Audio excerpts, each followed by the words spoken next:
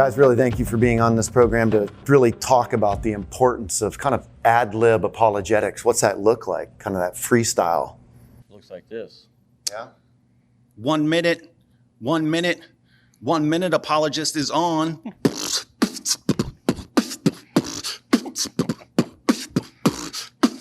Ready? Improv. Yeah. Spit the verse, rock the converse, sign your shirt, put the devil in the hearse, not literally, metaphorically. This is apologetics lyrically. I spin it like a dryer, 1 minute. I'm not Richard Pryor, but it's still funny. We defeat the liar, not with money, but the truth. From here to Sunday, yes, yes, y'all, this is how we do it. Check it out now, you know we coming through it. This is the MC, there's no DJ. Props to my man, Bobby Conway. He talks to Mary Jo Sharp and even John Mark. Peep it out so you can witness to people wherever you go, even at Walmart. In the dark, you can spark the light. Hello, how you doing? Now we got a rhyme. Give a credible answer to your neighbor. Yes, yes, y'all got the rhymes with flavor. About the Savior, Jesus the Christ. Yes, indeed, it's like beans and rice. It goes real nice, sweet, slice, precise. And check it out. Hold up. And you can get it. Just keep working it. Keep working it. Keep working it. Yeah, we can keep on. Come on. I didn't say no specific stuff. Listen. Hey, this is that. I know what you're trying to do. I'm trying to free your mind, Neo. But I can only show you the door. You're the one that has to walk through it.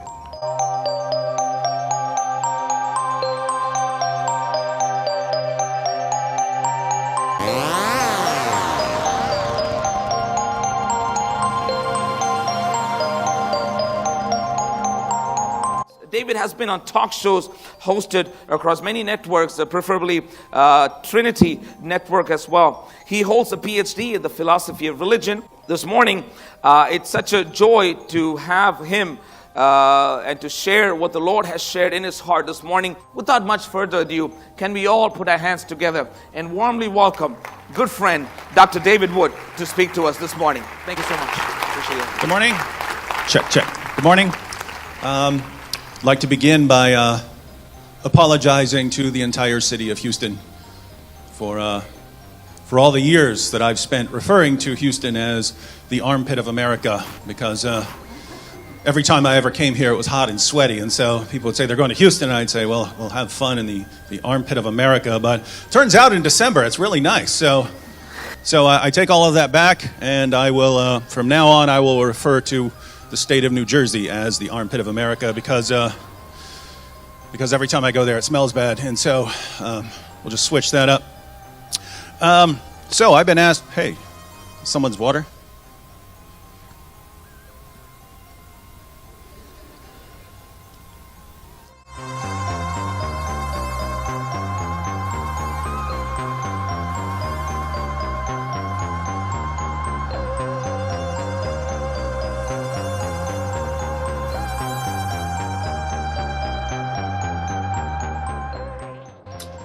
A London-based group calling themselves the Muslim Patrol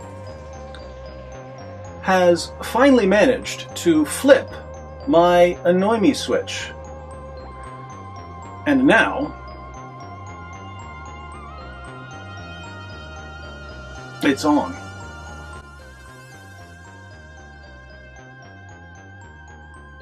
If we learn anything from the deaths of our friends and family members, it's that time is short. You don't know if you've got 2 days before you die or 50 years before you die. Either way, it's not a very long time, so you'd better make the most of whatever time you've got. I suggest building something that will last, or helping someone else build something that will last. With the time I've got, I'd like to build an empire. The greatest empire in the history of the world. As far as I know, I was the first full-time YouTube Christian apologist. Maybe you can think of someone who did it before me. I can't think of anyone. I can only think of 2 or 3 full-time YouTube apologists now.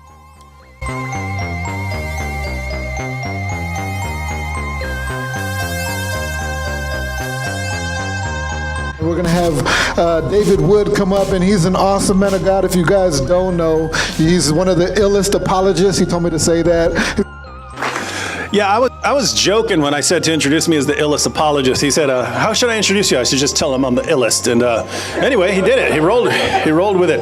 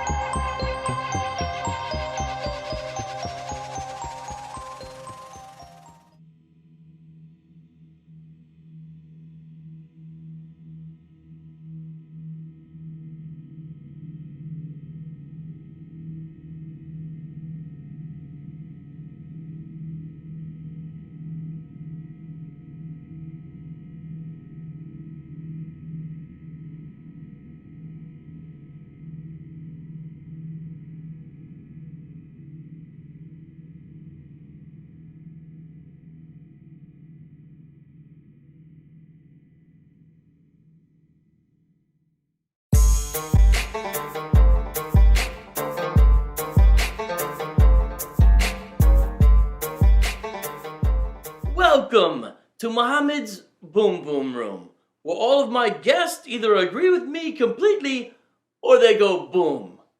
I am your host, the Prophet Muhammad, peace be upon me. And now with me today is a true disciple of Isa bin Miriam. He is the Apostle Paul. Happy to meet you, Paul. Glad to be here, Muhammad. But who is this Isa? Oh, as everyone knows,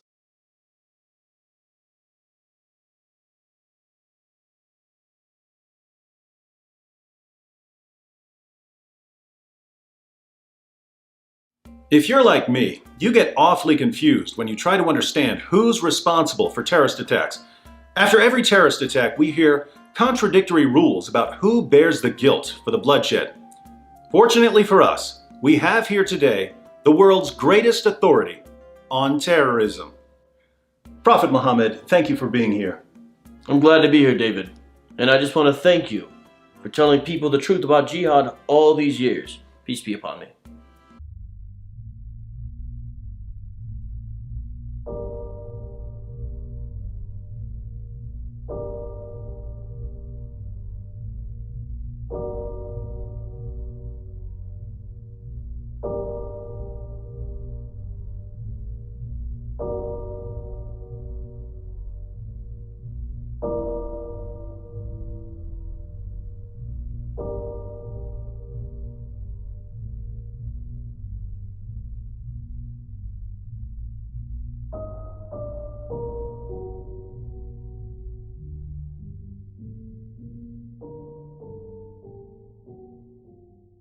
And a lot of things happened over the next year or two, but I eventually got put in a mental hospital after attacking my dad with a hammer. I wasn't mad at my dad. I just did it. He was the only relative I had within a couple 100 miles, and that was the most extreme thing I could think of doing. And I believed that this would somehow, as I did these things would somehow liberate me to higher and higher stages. And so I attacked my dad with a hammer. I left him for dead. Someone found him, took him to a hospital. The hospital said he will die here with his head injuries. So they took him to a different hospital where they had a world champion neurosurgeon, and I was put in a psychiatric hospital where they put me through a series of tests and concluded that I'm a sociopath. The psychiatrist diagnosed me with antisocial personality disorder. That's what psychopaths have, right? Now, I didn't at the time know what that was. I knew that my report said antisocial personality disorder. Didn't know what that was for years until I looked it up. If my child died, I would want to cry my eyes out. I don't think I would. Sociopaths don't form normal emotional attachments to other people. They lack empathy. When they see a person suffering, they don't feel bad over it. But sociopaths don't form normal emotional attachments to other people. They don't have normal emotional attachments to other people. They feel no remorse. They can do anything. And things that would make other people feel bad, we can do them and we just don't feel bad. And so they don't have remorse when they do something horrible. They don't feel bad about it. They don't feel bad when people die and things like that. So, but if you're growing up, you don't know that you have a problem. Help us to understand kind of the difference first of a sociopath and a psychopath. Well, the terms are often used interchangeably, and for years I've used them interchangeably, but there is a distinction. There is a technical distinction. They both fall under the umbrella of a disorder called antisocial personality disorder, which I was diagnosed with that when I was 18 years old. So antisocial personality disorder, it basically means you don't form normal emotional attachments to people generally. You lack empathy, so when people are going through stuff, it affects normal people, it doesn't affect you. People who have this generally don't respect the rights of other people, don't have any respect for the rights of other people or their feelings, things like that. And so they can end up getting in a lot of trouble. But here's where the distinction comes in. The classic saying is a hot-headed sociopath, a cold-blooded psychopath. And so the sociopath is generally hot-headed, easily irritated, violent outburst if someone annoys him. Psychopath more cold, calculating, manipulative. Psychopaths will generally learn to mimic other people's emotional responses so that they can blend in. And so sociopaths are considered to have a less severe form of antisocial personality disorder, but they're easier to spot. You're really brave coming out about that. I mean, there's a stigma when you say psychopath. It's one thing to say I have mental health issues, and as I'm sharing that I do, but man, it's upping the ante in the vulnerability department to say, man, I'm a psychopath. Well, for my early years, I never believed in God, but it was never really an issue. It wasn't brought up as anything anyone needed to talk about. So I didn't really think much about God when I was young, and it was, I don't know exactly how old I was, but maybe 11 or 12 when I was thinking about God and really realized that I don't believe what other people believe. I don't actually believe in God. And it was a couple years after that when I officially confirmed myself as an atheist, and maybe a year or two after that I would tell people, I would tell my family and so on that I'm an atheist. I don't believe this stuff. And so as far as right and wrong are concerned, I concluded that the best thing we can do is just whatever you feel like doing at any given time, because there's no real point to any of this. And that made me kind of a pessimist.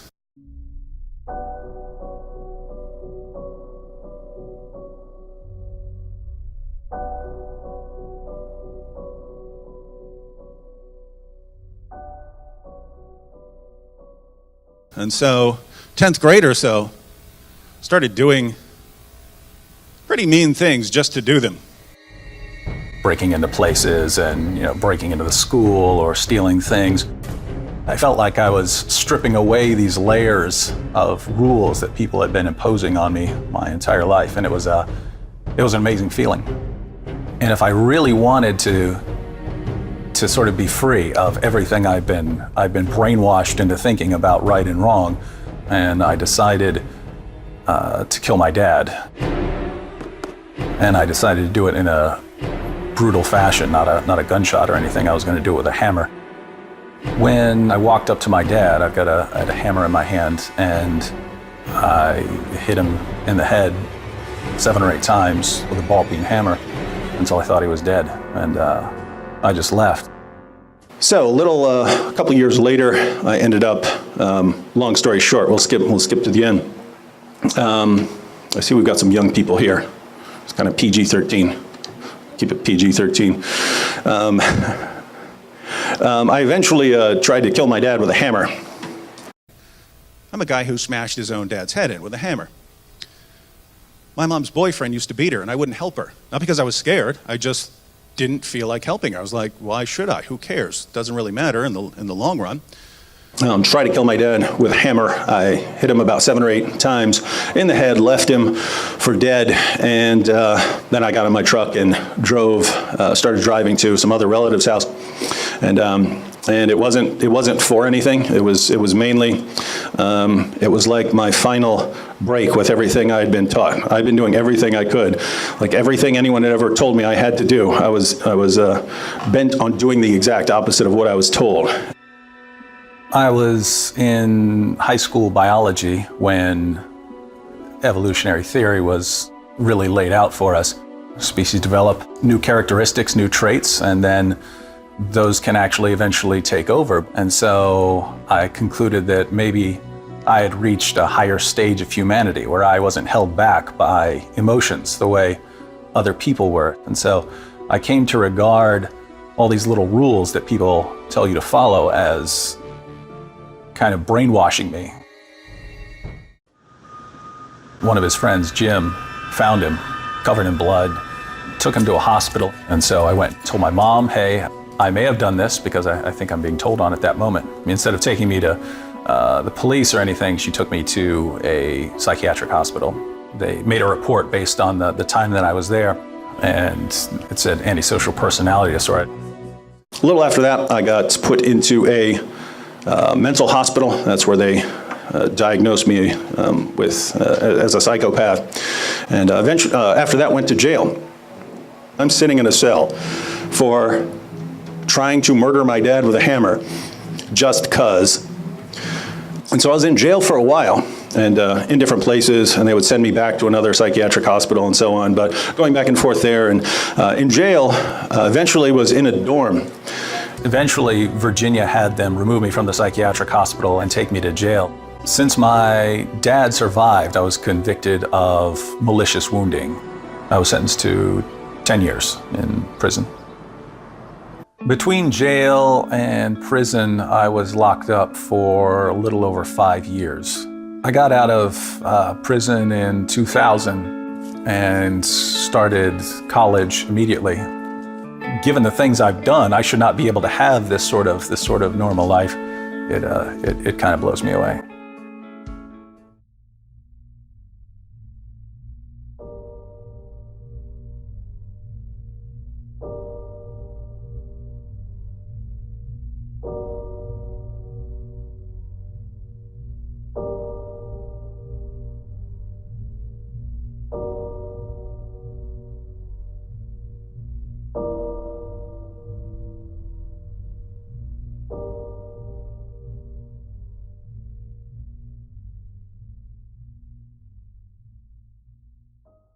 You talked a little bit about a distinction between a sociopath and a psychopath.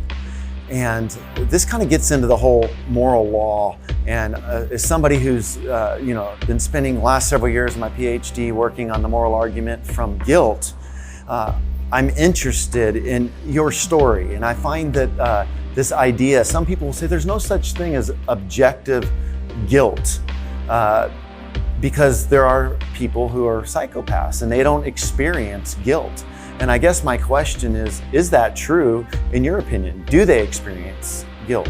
Yeah, well, I can't speak for every psychopath on the planet, but according to the diagnosis, it's generally viewed that psychopaths do not experience guilt or remorse. I can say right now that whatever you are feeling when you feel bad for something that you have done, I've never felt it, and I've never felt it, and I've never felt it in my entire life, and I've never felt it in my entire life. Not with anything, not with attacking my dad with a hammer, not with anything, not with attacking my dad with a hammer, not with anything, not with attacking my dad with a hammer. Even to this day, even after becoming a Christian, even to this day, even after becoming a Christian, even to this day, even after becoming a Christian, there's just no whatever you feel. And so, I would, in my own experience, that's true. David, you talked about how a psychopath is not going to be susceptible to guilt feelings. That said, how then would a psychopath respond to the gospel, because really becoming a Christian is recognizing our guilt. So you, as somebody who got saved in prison, you haven't felt remorse or guilt, you would say, but at the same token, you recognize your guilt. Can you help explain what that looks like a little bit? Yeah, a couple of things. And I've actually heard from Christians over the years who've seen me give my testimony say, you're not really saved. You're not really a Christian because you're sitting here giving this testimony and talking about all these horrible things you've done, and you're not weeping over it. You're showing no emotional reaction to anything you're talking about. And it's important to keep in mind that repentance means turning away, turning away.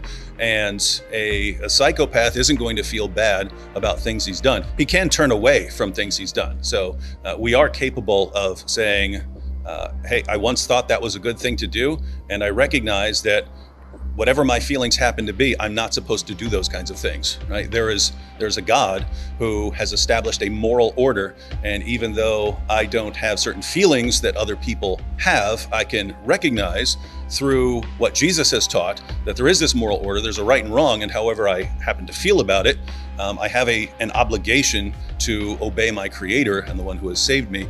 And so we're capable of that kind of moral reasoning. The flip side is that sociopaths and psychopaths can often end up doing some really horrible things in life.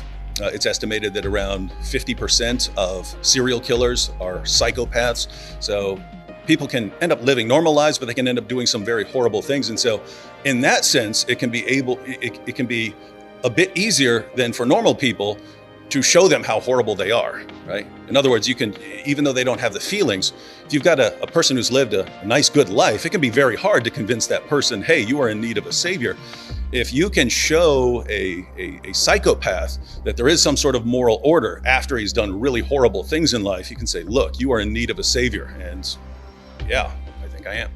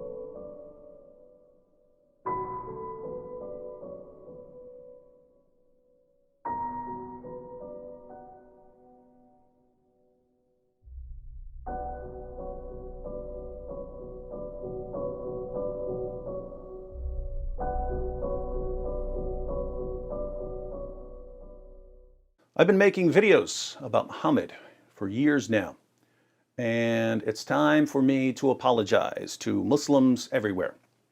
I've focused so much on Muhammad because millions upon millions of people have been manipulated into thinking that they should base their lives on his teachings.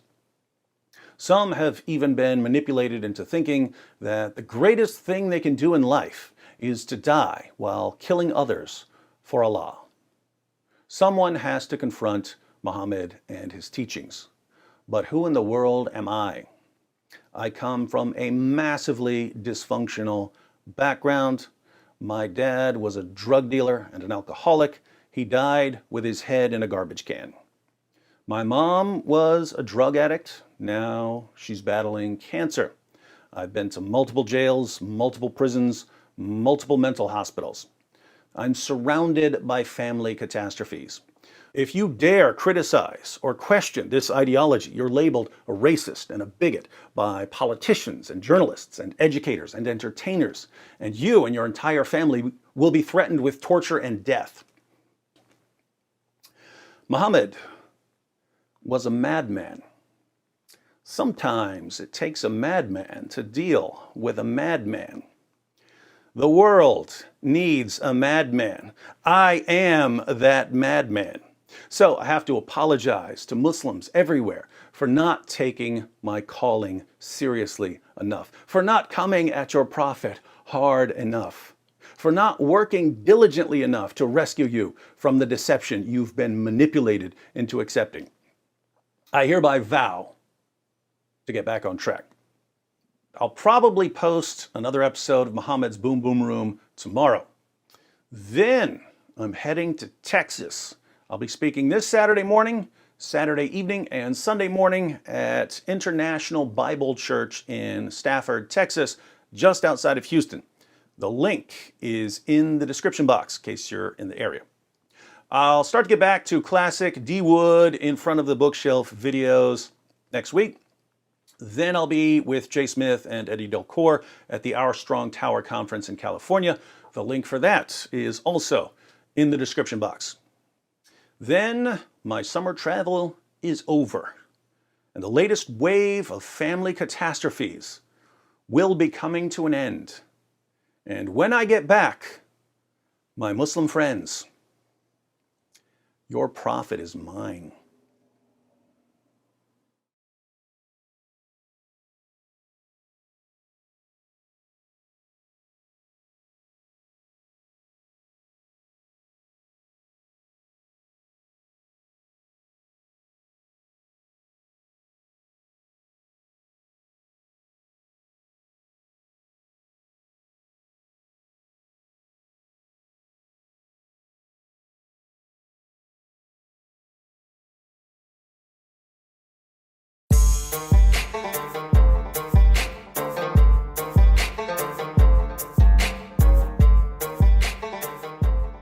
Welcome to Muhammad's Boom Boom Room, where all of my guests either agree with me completely or they go boom. I am your host, the Prophet Muhammad, peace be upon me. And with me now is Brother Malik X of the Nation of Islam. Welcome, Brother Malik X. Assalamu alaikum. Wa alaikum salam. One reason the mothership is going to rain down judgment on the United Snakes of America during Armageddon is because this country held slaves of African descent. They hated their black slaves then, and most of them still hate us now. Not me. I love my black slaves.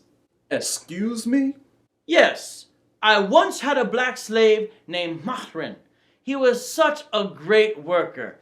I had him do more labor than my average slave. You can read all about it in Tabri in Jazia. I once purchased the freedom of a slave who pledged allegiance to me. Praise Allah. How did you accomplish this feat of liberation? I purchased the freedom for the Muslim slave by giving his slave master not just one, but two of my black slaves in return. So, you freed one slave by trading him for two of your black slaves? Exactly! You could even say I was the 7th century Frederick Douglass.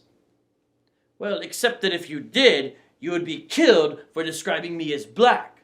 But still, you get the idea, right? But I must inform you that my companions testify that I am a white man with an elegant face. They describe the whiteness of my complexion, and the whiteness of my cheeks, and the whiteness of my forearms, and the whiteness of my stomach, and the whiteness of my shins, and the whiteness of my thighs, and the whiteness of my legs, and even the whiteness of my armpits. Well, the Honorable Elijah Muhammad said you were black, and if he said it, I believe it, and that settles it. I am trying to be merciful and beneficent here, just like the great God Allah. I have already told you that the well-known Islamic jurist Ahmed ibn Abi Sulaiman ruled that if anyone dares to even say that I am black, he should be killed. Well, I still say you're black. Brother Malik, I have already pointed you to nearly 10 sources which clearly describe me and my different body parts as white. Plus, I have already shared with you about the ruling which declares if anyone says I am black, he should be killed. Please, tell me I'm white. Just say it. Muhammad, peace be upon me, is a white man. Matter of fact, just tell the truth about me. Muhammad, peace be upon me, is a white man who owned black slaves. Go ahead. It will feel good to speak the truth. Say it. Muhammad, peace be upon me, is a white man who owned black slaves. You're black. In fact, you're bliggity bliggity Blackity, blackity, blickety, blickety, blackety, blackety, black.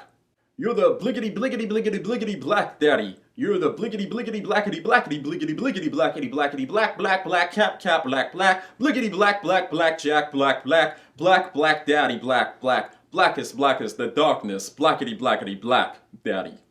Black, black, black, blackety, black, black, black, black. Oh yeah? Well, you're... Allahu Akbar!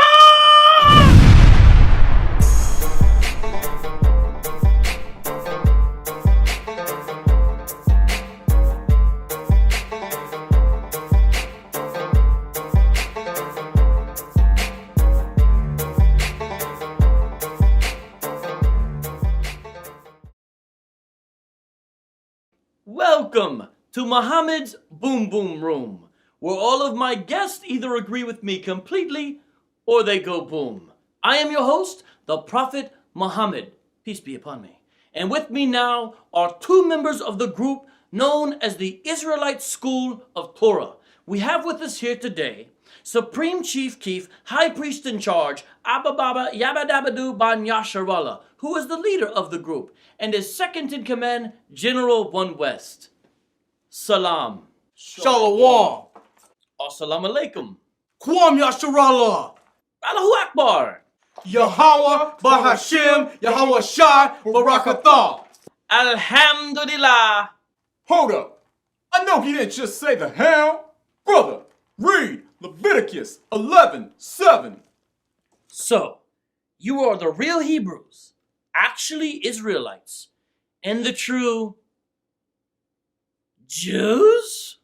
All praises to the Most High God. You finally get it. Yeah, like we always say, we are the true Jews. True Jews. Well, like I always say, Allah!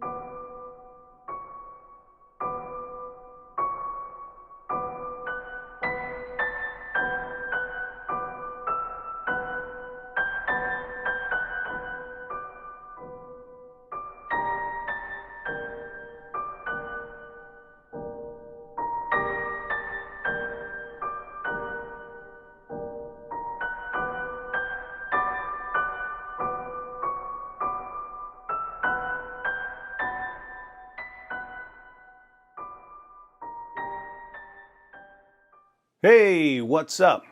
Just got back from Vocabs. Good time for a quick update. Haven't posted much in the past 6 weeks or so.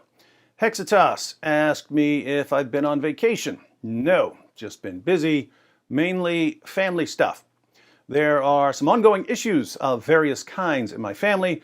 Every few years, multiple disasters strike all at once. I would normally keep all of this to myself, but some of you are disturbingly interested in the tragicomedy that is David Wood's life. And you don't want to just wait for the book. That's cool. I'm happy to talk. On a side note, West Virginia is messed up. It wasn't like this when I was growing up.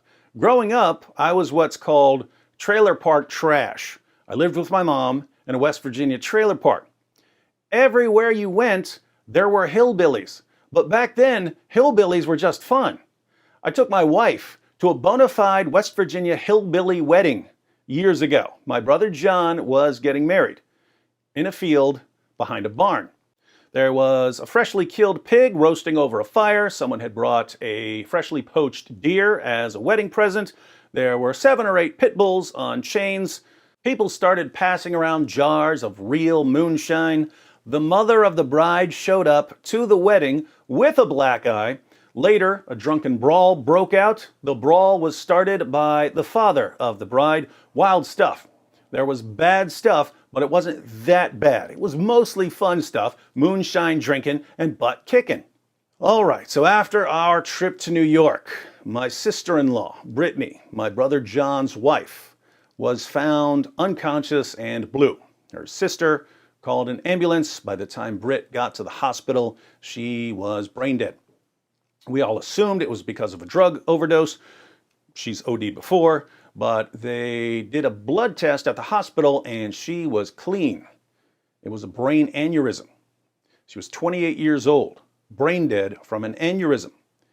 They pulled the plug last Thursday and she died immediately. Thursday was also my brother John's birthday.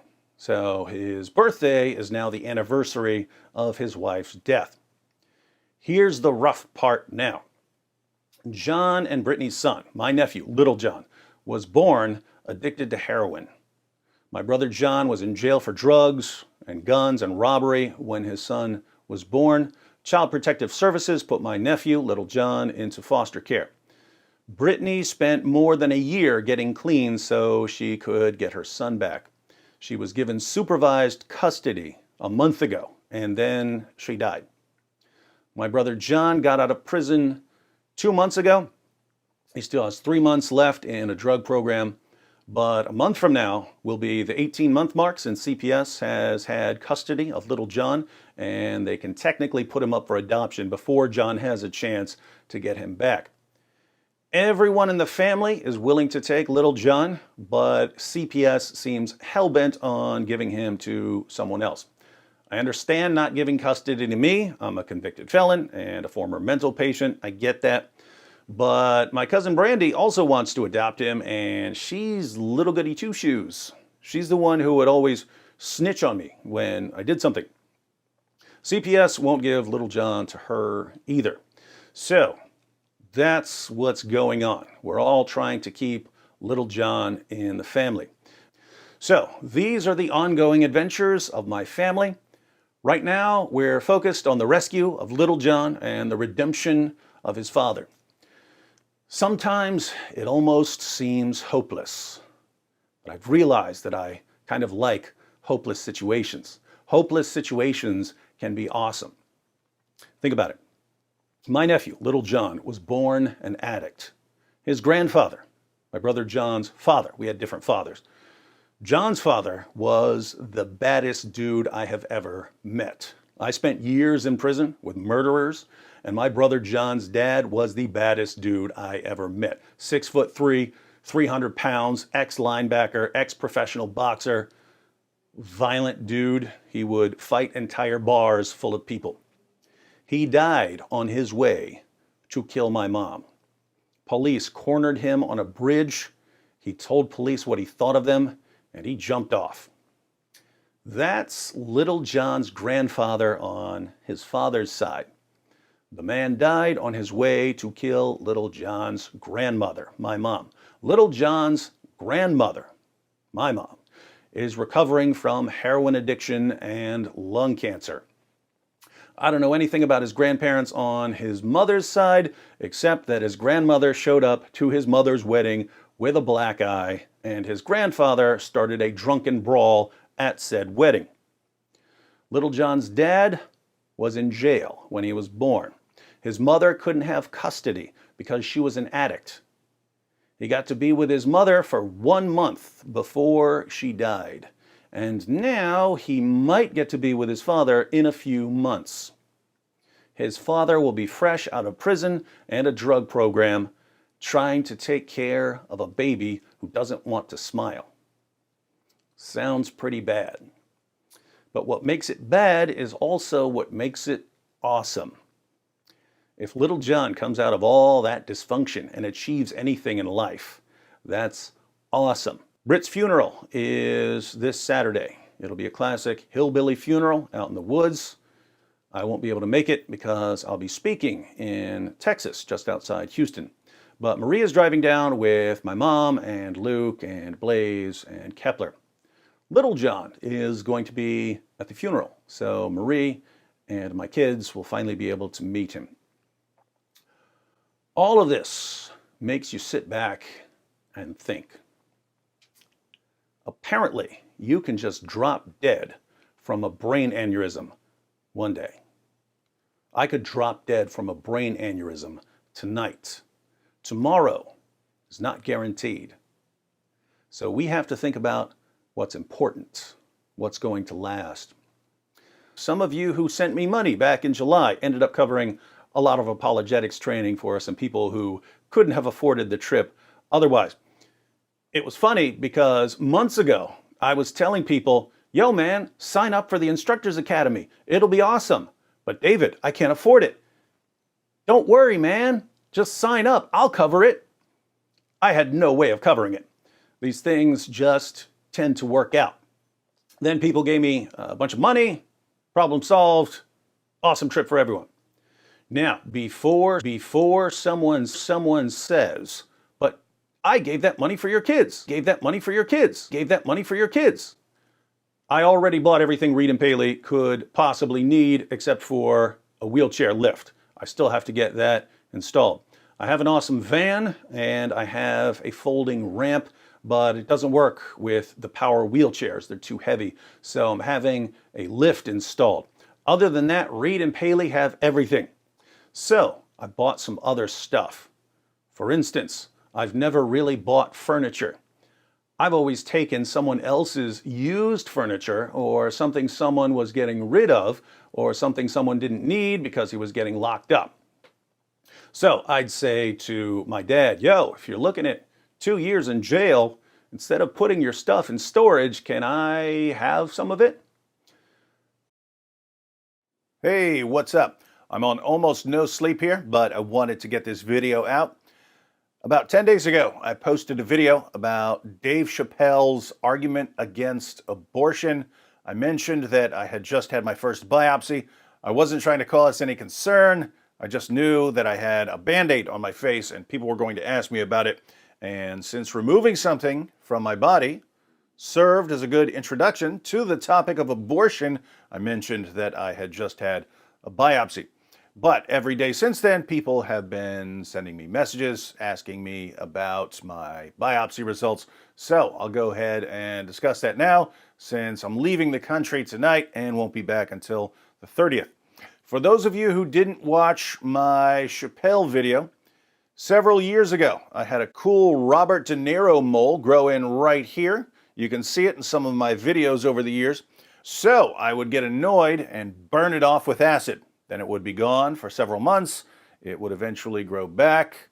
Then I'd have a mole for a while. It would start bleeding again. I'd burn it off again, and so on. Turns out it wasn't a mole at all. I went and got it checked out because, spoiler alert, moles aren't supposed to bleed or itch, and this thing was always itching and bleeding. I hadn't been to a doctor in years, but I went to the doctor and told her that I'd been burning off this itchy mole. She asked me how I was burning it off. I told her that I'd Googled how to burn off human flesh. I found someone in the comment section of some website who said, just order some of the acid that's used for chemical peels. You're supposed to dilute it with a bunch of water before you use it, but don't dilute it. Leave it full strength and it will burn right through you. So I told the doctor that I was using undiluted chemical peel acid to burn off my mole. No one at the doctor's office thought that was a good idea. After I posted the Chappelle video, one of you sent me a message saying, I thought you were smart. I replied, smart, yes. Raised in a West Virginia trailer park, also yes. People who grow up in a West Virginia trailer park don't have to be stupid, but we do some stupid things. Where I grew up, you didn't go to the doctor unless the wound was still bleeding the next day. You'd go to the doctor for a broken bone, but it would have to be an arm bone or bigger. We'd take care of fingers ourselves. And things generally worked out. I remember one time I was in like 4th grade and I found this fat tick dug in a little below my waist. You're not supposed to just pull ticks off because you might pull off the body and the head is still in there. But we would just pull them off. Anyway, I pulled the tick off, and like a week later, I noticed that the area was red and swollen and it hurt to touch it. So I took out my pocket knife, sliced the red part open, let it bleed for a while, poured some peroxide on it, covered it with a folded up paper towel, and put some tape over the paper towel to keep everything nice and clean. And there was no problem after that. No need to tell anyone. We handled our own medical issues. That's how I grew up. So obviously, if you don't want a mole bleeding on your face, what are you supposed to do? Go to a plastic surgeon? No. You get some acid and handle your business. But trailer park treatments don't always work. Again, this wasn't a mole.